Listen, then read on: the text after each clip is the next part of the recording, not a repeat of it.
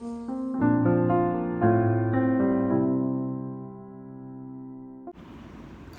Viewers, আসসালামু আলাইকুম। Welcome back to my channel Sharmin's vlog. আশা করি ভালো আছেন সবাই। আমি আল্লাহর রহমতে বেশ ভালো আছি। আজকে আবার একটি নতুন ভিডিও দেখার জন্য সবাইকে আমন্ত্রণ জানাচ্ছি। তো এই যে এত রোদ, এত গরম, তো এর মধ্যে আমি চিন্তা করলাম যে আমার কিছু প্রয়োজনীয় কাজ আমি সেরে নিই। আসলে এই কাজগুলো এই গরমে না করতে পারলে হয়তো পরে করাটা আমার আর হবে না, বা এখন যে রোদের তাপটা, এই তাপটা আমি আর পাবো না। পরে হয়তো আবার ঝড় বৃষ্টি শুরু হয়ে যাবে। তো আমার ঘরে যে স্টোরেজ করা যে গুঁড়া মশলা বা চালের গুঁড়া যেগুলোই ছিল, এই ধরনের জিনিস থাকে না অনেকগুলো, আমি কিন্তু একটু একটু করে স্টোর করে ফেলছি সব কিছু। আমি এই যে আর যেগুলো স্টোর করা ছিল আমার, সেগুলো কিন্তু আমি এভাবে রোদে শুকিয়ে নিচ্ছি। আর যেগুলো আমার স্টোরেজ করা নেই, সেগুলো কিন্তু আমি একদম সুন্দর করে রোদে শুকিয়ে, দেখা যায় কিছু মশলাপাতি ভাঙিয়ে, বা এই ধরনের কিছু গৃহস্থলী কাজ থাকে না, যারা একটু অর্গানাইজ রাখতে পছন্দ করেন আপনার ঘরের সব কিছু বা সুন্দর সব কিছু, তো তাদের জন্য আমি বলবো এই সময়টা কিন্তু খুব ইম্পর্টেন্ট একটা সময়। আর আমরা আসলে যারা চাইলেই কিন্তু আমরা এই কাজগুলো একটু সময় করে করে দিতে পারি, যদিও কষ্ট হচ্ছে কিন্তু প্রচুর। এই গরমে দুপুরের রোদে গিয়ে এই ধরনের কাজকর্ম করা, বাইরে আসলে রান্নার টাইমগুলো, আসলে এই রোদটা যখন বেশি থাকে তখনই কিন্তু এই কাজগুলো করতে হয়। এগুলো আপনি বিকেলে কিংবা সকালে করলে হবে না, একদম 10টা-11টার দিকে যখন কড়া রোদটা উঠে, এই সময় আপনি রোদে চাইলে, এখন আচার বানানোর মৌসুম চলছে, খুব বেশি একটা রোদের তাপ, তো এই সময় যদি আপনি আচার বানান, এটা কিন্তু খুব ভালো একটা ব্যাপার আমার মনে হয়। তো আমি কিন্তু সব কিছু আস্তে আস্তে আসলে এভাবে রোদে শুকো দিয়ে দিব, কারণ এই রোদটা আমি আর পরে পাবো না। দেখা যায় বৈশাখ জ্যৈষ্ঠ মাসের যে একটা রোদের তাপ, আর যেহেতু এখন ঝড় বৃষ্টিও নেই, এখন কিন্তু সব কিছু শুকানোর একটা সুন্দর সময়। তো ছোটোবেলার কথা মনে পড়ছিল, আমরা কিন্তু ছোটোবেলা থেকে এগুলো দেখে অভ্যস্ত।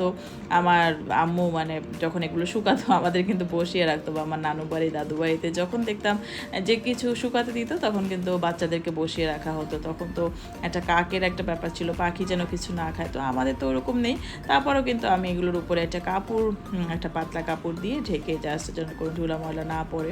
তো ছোটোবেলার স্মৃতিচারণ করছিলাম, আর বসে বসে আপনাদের সাথে একটু সে ভিডিও করছিলাম। আসলে এখন ভালো লাগার বা ভালো পছন্দের যা কিছু আছে সব কিছুই তো আপনাদের সাথে শেয়ার করি।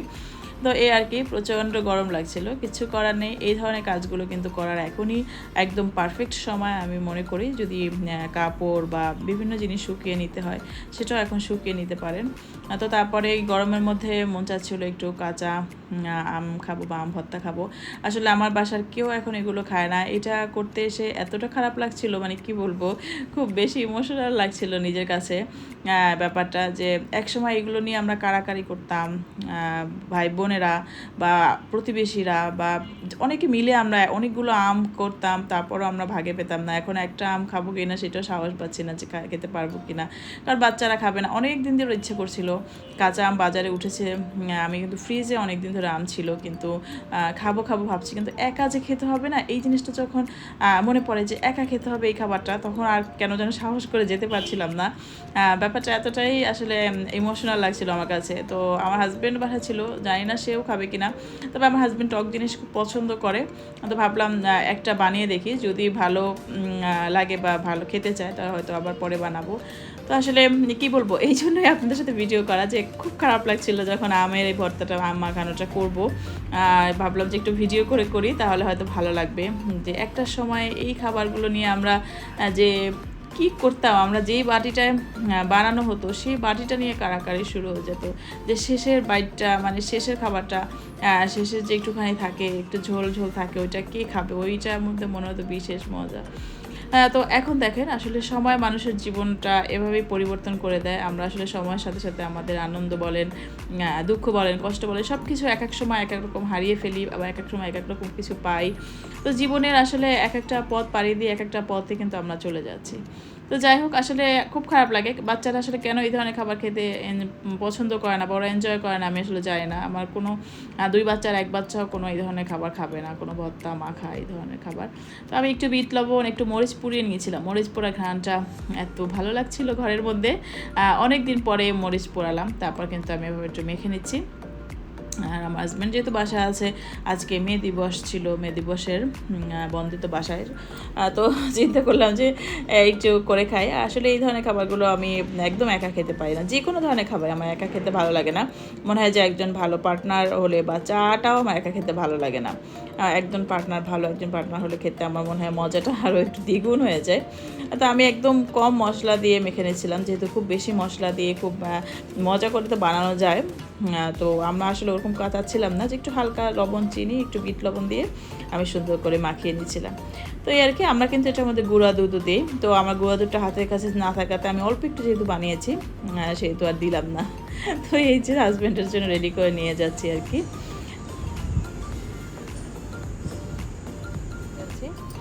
তো আমাদের সবার বাসারই আসলে কিছু না কিছু কাঠের ফার্নিচার থাকে প্রত্যেকের বাসায়, আর আমরা আসলে ফার্নিচারের ক্ষেত্রে কিন্তু কাঠের ফার্নিচারটাই বেশি পছন্দ। যদিও এখন যুগের তুলনায় আমরা অনেকে অনেক ধরনের ফার্নিচার, যুগের সাথে সাথে আমাদের চাহিদা বলেন, চয়েস বলেন, সব কিছুই চেঞ্জ হয়েছে, কিন্তু কাঠের ফার্নিচারের চাহিদা কিন্তু আমার মনে হয় কখনোই শেষ হবে না। তো আমার বাসার ডাইনিং টেবিলটা এবং আরও বেশ কিছু ফার্নিচার আছে কাঠের, তো ওগুলোকে আমি এভাবে নিজে নিজে করে বার্নিশ করার চেষ্টা করছি আজকে। তো এগুলো আমি যখন মিস্ত্রি দিয়ে বার্নিশ করিয়েছিলাম, খুব বেশি দিন হয়নি, 1 বছর কিংবা তার একটু বেশি হবে, কিন্তু এখন যদি আবার মিস্ত্রি দিয়ে বার্নিশ করাই, চিন্তা করছি অনেক বেশি খরচ পড়ে যাবে এবং ততটা নষ্টও হয়নি। তো এই জন্য আমি এভাবে ঘরে বসে বার্নিশ করার একটা সিদ্ধান্ত নিলাম। আর এটা কিন্তু হ্যাঁ সম্ভবত রবি এলাকের হচ্ছে ক্লিয়ার বার্নিশ। এটা হচ্ছে ক্লিয়ার বার্নিশ, এভাবে দোকানে কিনতে পাওয়া যায়। আর এটার প্রাইস ছিল 90 টাকা, খুব অল্প, মানে সাশ্রয়ী মূল্যে, আমি বলবো অল্প টাকায় সাশ্রয়ী মূল্যে, একটু ধৈর্য এবং একটু পরিশ্রম তো অবশ্যই, যে কোনো কাজই পরিশ্রম, আর এই ধরনের কাজগুলোতে একটু বেশি পরিশ্রম এবং একটু বেশি ধৈর্যের দরকার হয়। আর যে একটু কাপড় নিয়ে নিলাম, সুতি যে কাপড়গুলো হার্ডওয়্যার দোকানে পাওয়া যায়, আর তারপিন, আর একটু কালার। আপনার ফার্নিচার যদি ইয়েলো কালারের কাঠ, যে ন্যাচারাল কালারের হয়, ওই কালার হয়, তাহলে আপনি ওই কালারের ইয়াটা নেবেন, গুঁড়াটা নিয়ে ওটা মিক্স করে একটু হালকা করে নেবেন।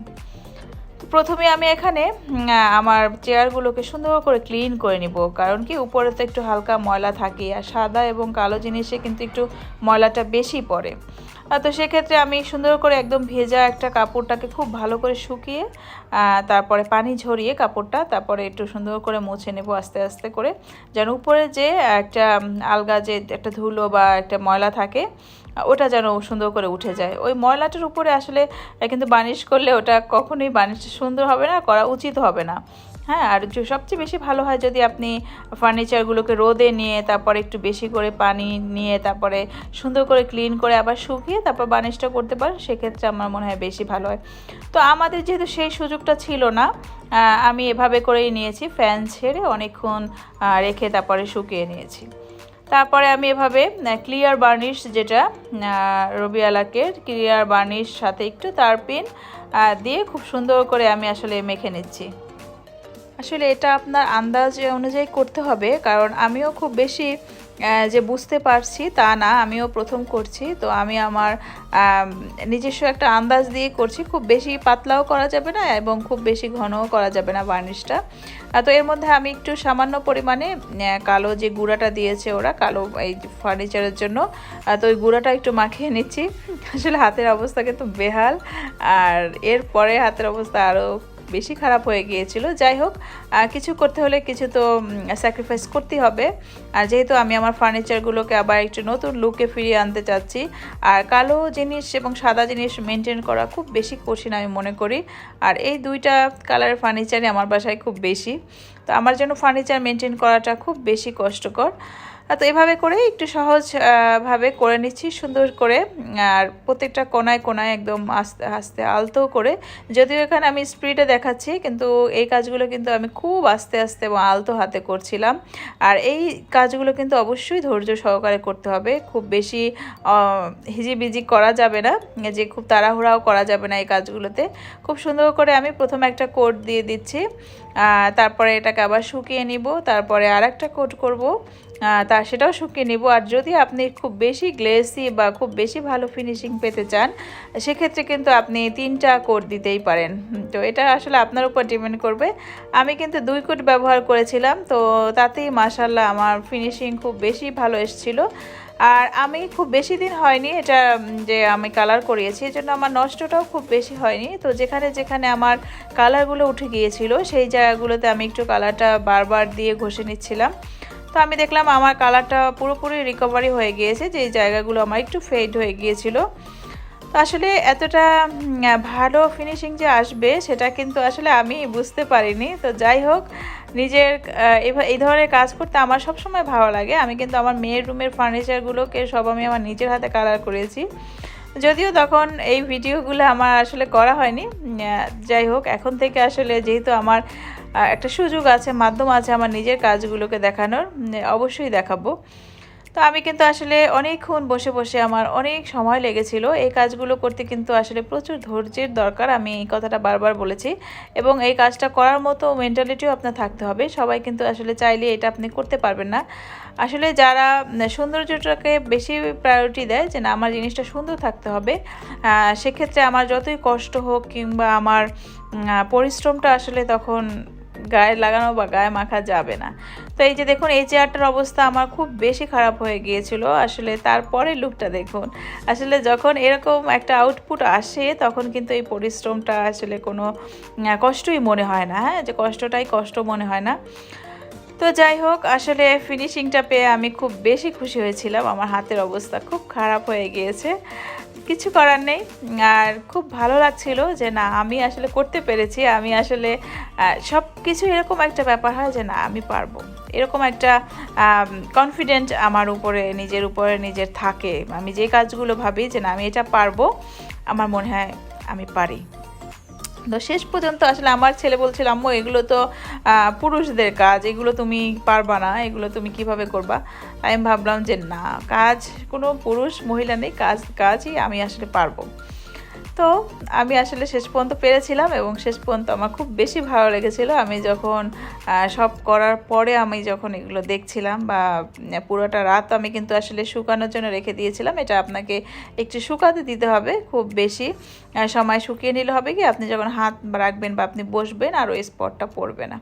তো দেখুন ফাইনাল লুক। আসলে আমি কি বলবো, আমার মিস্ত্রিরা যখন করে দিয়ে গিয়েছিল তখনও কিন্তু এতটা গ্লেজ আসেনি সত্যি বলতে। তো বললে বলবেন না বেশি বলছি, আসলে সত্যি কথা। ওরা যখন আমাকে ফার্নিচারগুলো বার্নিশ করে দিয়েছিল গ্লেজটা মনে হচ্ছিল কম, তো আমি কিন্তু আরও একবার ক্লিয়ার বার্নিশটা দিয়ে আরও একটা কোট করে নিয়েছি। খুব বেশি ভালো লাগছিল আসলে এই ধরনের কাজের আউটপুট যদি ভালো আসে, যে না অনেকটা কষ্ট করেছি কাজটা ভালো এসছে, তো এসছে ভালো আর কিছু হয় না। তো এই আর কি, আমার এই ভিডিওটা যদি আপনাদের কাছে আজকে ভালো লেগে থাকে তো ভিডিওতে অবশ্যই একটি লাইক দিবেন। আর চাইলে চ্যানেলটা সাবস্ক্রাইব করতে পারেন। আমার আসলে আরও অনেক ভিডিও আছে, কোনটা আপনাদের ভালো লেগে যায় সেটা কমেন্টস করে জানাবেন।